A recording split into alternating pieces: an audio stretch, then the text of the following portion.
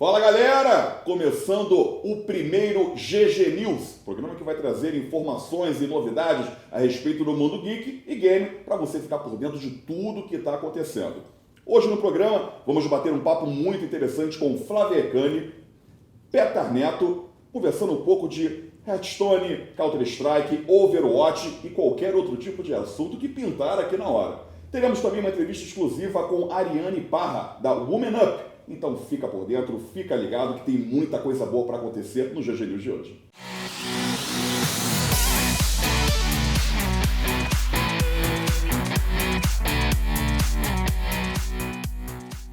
E já que estamos falando de informação, a Valve, a grande desenvolvedora do Dota 2, mudou um pouco a sua política de torneios, né? Antigamente, ela mesma produzia e organizava os Majors e Minors, que são semi-torneios que valiam pontuação para o grande mundial, o grande da internet, que acontece todo ano em agosto. E agora, com essas pequenas alterações, qualquer organização que tiver uma premiação acima de $150 mil vai ser considerado um minor, e qualquer organização que organizar um torneio com uma premiação acima de $500 mil vai ser considerado um Major. Então, ficou bem interessante essa política da Valve, que vai estar abrindo portas para outras empresas também trabalharem e organizarem torneios de Dota 2. Assim, a título de curiosidade, né, o último Mundial de Dota 2 que aconteceu em agosto do ano passado, a premiação total foi de incríveis $28 milhões.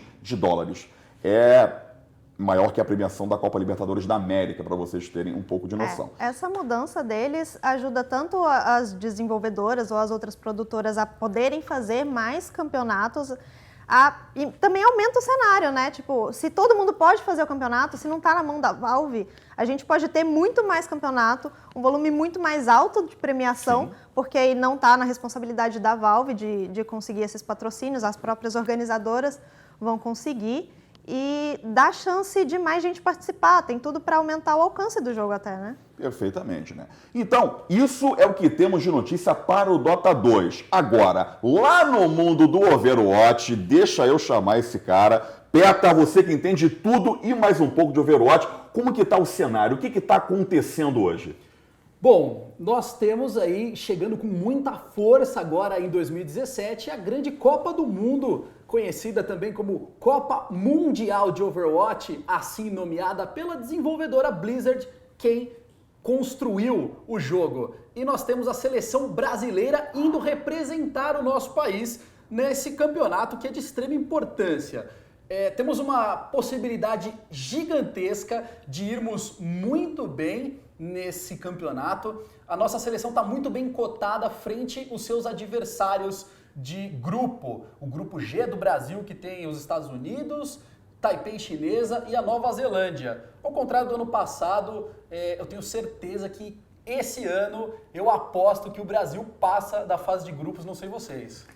Uma coisa que eu acho interessante a gente contar pra galera, é que, ao contrário dos outros esportes, ou de esporte mesmo, que a gente tem os times, e tipo, cada país tem vários times, como o Petar falou de ser a Copa do Mundo, não vai ser disputado por times de organizações e tudo mais. É realmente a seleção de cada país que está lá brigando pelo título. Então vai ser coroado tipo, o melhor time do país mesmo de Overwatch. E eu não sei, a diferença principal da seleção desse ano com a do ano passado é que ano passado não era um time formado e não eram profissionais.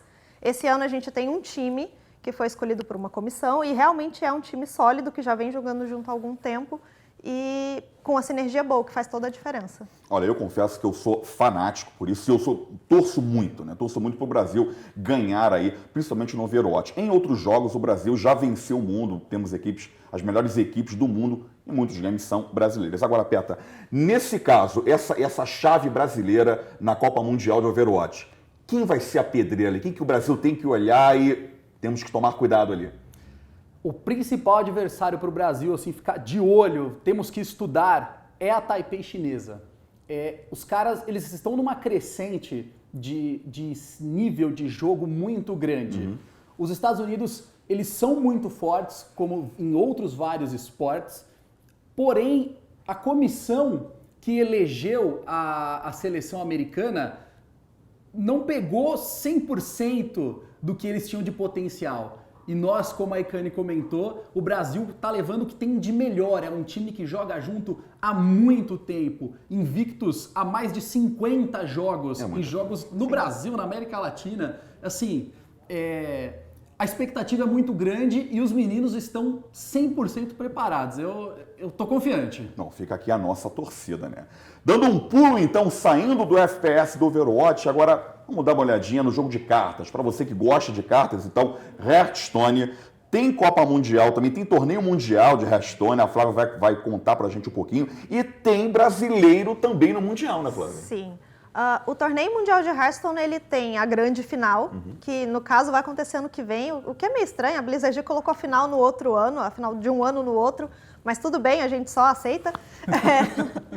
E eles dividem o torneio de acordo com as estações do ano. Então a gente já teve o de verão, agora a gente tem o de primavera e a gente teve um representante brasileiro, aconteceu na China recentemente, e o Diego Dias se classificou entre os 4 melhores das Américas, porque eles dividem o mundo em várias regiões. Então ele não competiu só na América Latina, ele também competiu com americanos, ficou entre os 4 melhores. E ele mandou muito bem no Mundial. Logo de cara ele pegou uma pedreira, que é o Colento, que O Colento É complicado, é complicado. Ele é complicado, né, de se lidar. Sim, ele sabe que ele é bom, ele é muito bom. Era o favorito, um dos favoritos. E o Diego pegou ele logo de cara, foi o primeiro adversário dele. E ele ganhou as 2 primeiras partidas. Tipo, o Diego chegou ganhando. Infelizmente o Colento ganhou as outras 3, então foi um 3-2. Mas ele mandou super bem e caiu para bracket inferior. E aí sim, ele perdeu de 3-0. Mas foi uma ótima participação. E ele não foi o primeiro brasileiro a ser classificado para o Mundial. Esse ano foi o primeiro, mas a gente já teve representante brasileiro em outros anos. E geralmente o Brasil vai muito, muito bem em torneios de Hearthstone.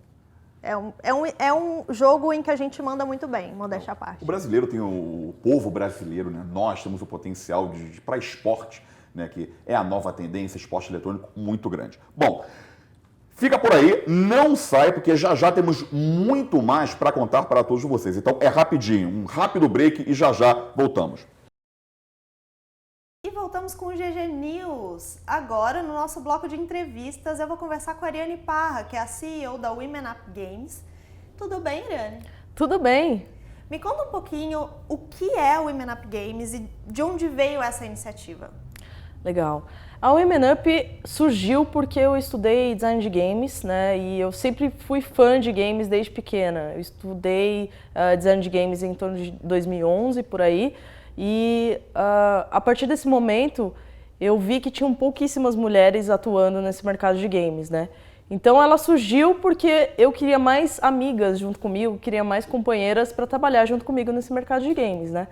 Então eu comecei a fazer palestras, né? A Women Up surgiu definitivamente em 2014, em novembro de 2014, e eu comecei a fazer palestras sobre representatividade feminina e o quão importante era, né, ter mais mulheres nesse mercado de games. E aí foi expandindo, né? Eu comecei a chamar mais amigas, chamar mais mulheres que queriam estar na causa junto comigo e abrir voluntariado. E hoje eu conto com 12 voluntárias aqui em São Paulo e tenho mais 45 aí espalhadas pelo mundo. Tá. E aí, me fala um pouquinho, quais são as ações de vocês e quais são os parceiros que você tem te ajudando nessa empreitada? Legal. A gente tem... A Women Up hoje é uma organização sem fins lucrativos, né? Então a gente trabalha com voluntariado. Então a gente, além das pessoas que trabalham voluntariamente, que são hiper parceiras nossas, né? Tem algumas empresas que também estão junto nessa causa, que é a LGZN, a FIAP, a própria Viper Gaming, né, da Patriot, entrou junto com a gente também. E hoje eu atuo dentro da FIAP como influenciadora digital. Acho que a Women Up me trouxe um grande presente, né, que é ajudar nesse cenário feminino e também conseguir entrar como influenciadora digital dentro da FIAP para movimentar o cenário jovem, para trazer mais mulheres para a tecnologia. Bom, e conta para mim um pouquinho o que a Women Up faz hoje. Quais são as ações, quais são as iniciativas que vocês têm e como a gente encontra vocês no dia a dia? Eu quero participar de alguma iniciativa, eu quero saber mais sobre como eu posso ajudar e participar. Como está funcionando? Foi legal essa pergunta, porque muita gente me pergunta, né, o que exatamente a gente faz para melhorar esse cenário feminino. A gente atua com alguns segmentos de eventos, né? Então a gente faz campeonato feminino, né, que era uma coisa que não existia. Eu trouxe o primeiro campeonato feminino de FIFA 16 da América Latina no fim de 2015, né? Então era o primeiro campeonato que estava rolando na América Latina. E a gente faz alguns campeonatos que também, para quebrar um pouco o tabu de que tem jogo para mulher e jogo para homem, né? Então a gente já fez de Mortal Kombat, de Street Fighter, o próprio FIFA. Então são jogos que a gente quer quebrar tabu e a gente organiza esses campeonatos. E são campeonatos que têm uma idade bem variada, assim. Então teve gente bem mais velha participando, teve criança, teve mães participando com filhas. Eu achei bem legal a gente continuar nesse segmento, então a gente está sempre fazendo campeonato. Outro evento também é para chamar mulheres que já foram gamers, ou enfim, em algum momento da vida delas, elas já jogaram, e chamar para jogar novamente. Então a gente faz um dia aberto, né? A gente fecha um local, que a gente procura parcerias ainda em São Paulo, para fazer evento para chamar a mulherada para jogar casualmente, assim. Contra outra ou contra homens também são convidados, assim. A única regra que a gente faz nesses eventos é mulher joga contra homem ou contra mulher. Homem não joga contra homem porque senão não está favorecendo exatamente o evento que a gente está fazendo. E também a gente dá alguns workshops para mulheres que querem entrar no mercado de desenvolvimento de games. Então, workshop de ilustração, workshop de modelagem 3D, game design. Então, a gente atua em todos os pontos da área de jogos, né? Das desenvolvedoras, das gamers, das profissionais também. E é isso que a gente faz, basicamente. Tá. E quais são os planos que vocês têm para o futuro e os desafios que vocês estão enfrentando? Como está sendo o planejamento da Women Up daqui para frente?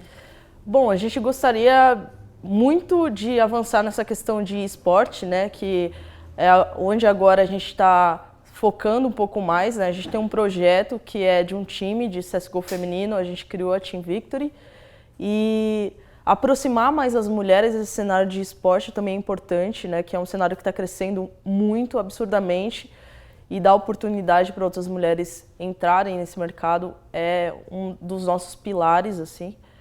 E a gente gostaria também de ter mais ações em outros lugares do Brasil, né? Porque a gente foca muito, a gente está aqui em São Paulo, mas a gente tem muitos pedidos de evento em outros locais, por exemplo, Nordeste, Norte, Centro-Oeste. Então, essa é uma questão que a gente gostaria muito de atacar, assim, como os próximos passos, sabe? De fazer evento um pouquinho mais fora de São Paulo, fora da grande metrópole, sei lá, que acontecem os eventos de games, né, em geral. E também a gente gostaria de que mais mulheres entrassem, né, para estudar tecnologia, porque é muito importante, né, entrar no mercado de games também tem muitas oportunidades, o mercado de trabalho está aí. Recentemente a gente deu início a um outro projeto dentro da Women Up, que é um grupo para divulgar vagas de trabalho na área de games e tecnologia para outras mulheres. Então a gente criou um grupo no Facebook, um grupo fechado para mulheres, que a gente divulga vagas de N empresas, assim, empresas mega gigantes, por exemplo, Blizzard, Taps e outras. E a gente já conseguiu ter retorno dessas meninas falando que conseguiram um emprego porque viram a vaga nesse grupo. Então, esse é o que a gente começou a engatinhar agora e a gente procura avançar aí para o futuro também. É muito importante a gente conhecer mais iniciativas como a Women Up Games, que realmente podem ajudar a desenvolver a comunidade, a desenvolver as mulheres nesse cenário. Ariane, muito obrigada pela entrevista, pelo seu tempo para conversar com a gente. E a gente já volta com mais GG News.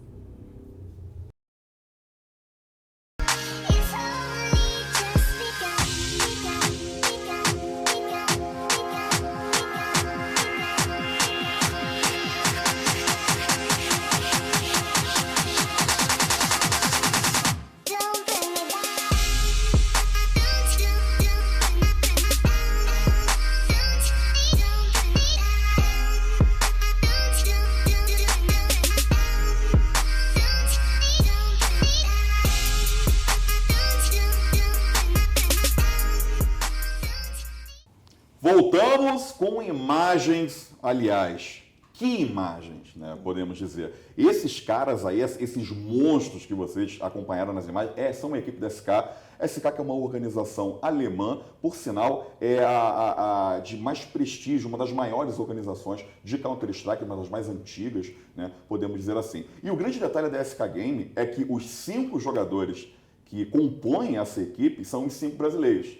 E não são 5 jogadores qualquer, né? São apenas os 5 melhores jogadores de Counter-Strike do mundo, né? Eu fico felicíssimo do Brasil estar nesse nível. Sim, e não é um negócio que é um time brasileiro, é uma organização europeia que contratou brasileiros porque eles são bons, porque eles são muito bons. São os melhores. Exato. Faço de mim as suas palavras, são os melhores, né? É impressionante o sucesso e a dedicação que os meninos da SK têm e todo o reconhecimento do público brasileiro, todo o clamor que o pessoal transmite em volta deles. E o legal é que é recíproco, né?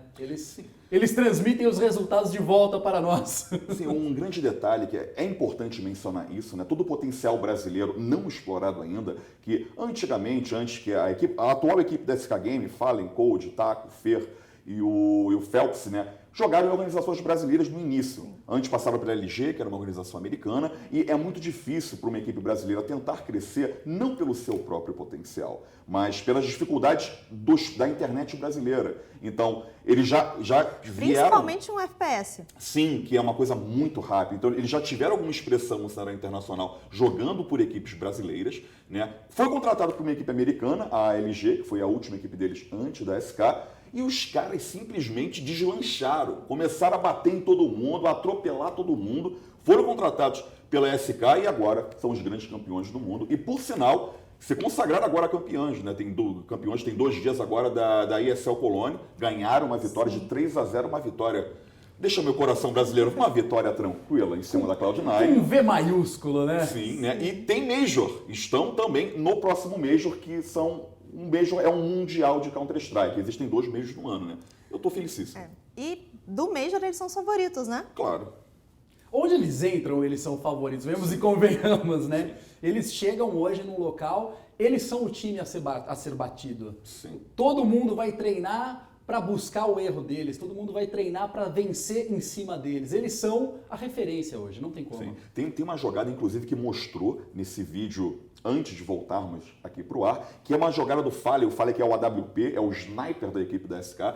Ele que tinha um posicionamento, uma posição na cubble, na janela, se não me falha a memória, onde tinha uma smoke, uma granada de smoke, e ele acertou um tiro sem scope pela smoke, sem saber onde estava o jogador adversário. Foi unicamente sentimento e visão de jogo, o feeling dele no momento. E a gente está aqui falando que a SK é o favorito da competição, estamos dando os detalhes sobre a SK, mas eles não estão sozinhos, né? Não. Com certeza tem time que pode bater eles e a gente tem principalmente a Astralis, que é um time dinamarquês, mas eles têm um detalhe, porque eles não estão jogando os campeonatos menores, como esse que a SK ganhou nesse fim de semana, porque eles estão querendo esconder o jogo, estão querendo fazer um segredo em relação à estratégia, como eles estão treinando. E eu acho que isso tanto pode ser bom, para realmente eles terem um fator surpresa, como pode ser também um tiro no pé, porque eles estão deixando de treinar com os melhores. Assim, eu entendo o ponto, né? Assim, os outros torneios, na falta de palavra melhor, vamos usar menores, assim, mas... o grande brilho do Major, o grande interesse do Major são, por exemplo, os adesivos, né, Peta? Que são adesivos cosméticos que você cola nas suas armas. Meu celular agora virou uma AK, né? Você cola nas armas. E, assim, a título de curiosidade, no primeiro Major do Stilega, ele que jogou pela Luminosity, uma organização americana, ele ganhou, assim, em torno de $30 mil em adesivos no primeiro Major dele, onde começou a ascensão brasileira. Então, e lembrando, estamos falando só de adesivos, né? Então, é uma coisa extremamente lucrativa. Se você parar para ver, são apenas adesivos e é um jogador. É muito dinheiro para um jogador focado num produto específico que é adesivo, que você rentabiliza e dá visibilidade de N formas. Sim. Então, eu acho válido nesse ponto, nesse momento, sim. Por que não? Porque eles têm a possibilidade de fazer screens, né? Que são jogos entre... Você pega a Astralis contra a FaZe e... Eles podem combinar com os meninos do O outro time, treino. ok, vamos treinar. Sim, tudo bem, eles escondem táticas, sim, eles escondem táticas, porque é normal. aí essas screens, né? com certeza, os caras vão falar, vamos pegar o que tá batido, a gente joga com o que tá batido para ver o que vai acontecer do outro lado. Sim. Isso é fato, é uma prática muito comum. Sim. Então, assim, dificilmente os caras vão tentar inovar numa screen.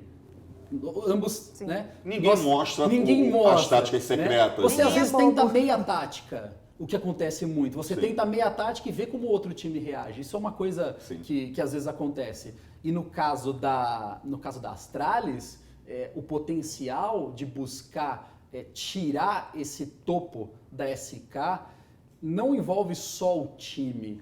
Existe toda uma coisa... A gente sabe que o americano ele é muito patriota. Sim, né? verdade. E incomoda eles nós estarmos lá no topo. Eu acho isso. É complicado, e principalmente se tratando de SK. Temos outras grandes equipes participando, a própria FaZe também é uma equipe que tem potencial de vencer a SK Game, não, os nossos brasileiros, nossos meninos de ouro que estão lá fora representando o Counter-Strike. Mas tem um grande detalhe também, a composição da SK. O Fallen, que é o capitão da equipe, que em 2016 ele foi premiado, considerado como a celebridade gamer do ano. O que o Fallen fez com a GA foi um trabalho primordial, né? O melhor jogador do mundo, Marcelo Coldzera, também é brasileiro. E o segundo melhor é o próprio Gabriel Toledo, grande Fallen também. Então, não é só esquema tático, o Fallen é um capitão excelente. O Cold tem uma mira, gente. Assim, o que ele faz com aquela arma dele é mágica, o que o Cold faz. Mas enfim, então realmente tem que esconder tática. Tem que respeitar os brasileiros. Respeita, quem manda lá somos nós. Então, o jogo funciona do jeito que a gente conduzir. Não sei nem se é uma questão tanto de respeito, mas se eles estão deixando de participar de campeonato para apostar tudo no Major, eles têm... É estratégia mesmo, eles estão... Não sei se seria exatamente respeito, é muito mais um negócio de como a gente vai bater eles. Bom, eu sei que eu tô torcendo pra SK de carteirinha. Não tem como não torcer, né? Seria até feio a gente falar que não tá torcendo pra eles nesse caso. Mas vocês conseguem... Não sei se vocês conseguem ver dessa forma, né? Como eu vou comentar, mas a Astralis está dando praticamente um all-in fazendo isso. Então, assim, Sim. é tudo ou nada. Sim. É tudo ou nada. Então, assim, ou os caras virão com um punch muito forte e, assim, viemos para dominar ou viemos para ser dominados. Você nunca veio para ser dominado. Não Eu é a acredito. intenção de ninguém. Eu acredito que eles têm potencial, sim, para serem campeões. Eles conseguem ganhar da SK. Não sei se eu faria esse all-in, sabia? O risco... o tático. prêmio é grande? O prêmio é grande. Sim, mas o risco é proporcionalmente igual. E outra coisa que não é problema para a Astralis não participar desses campeonatos menores é que a maioria dos times participa dos campeonatos menores pelo prêmio. Porque cada campeonato que você ganha é mais dinheiro entrando.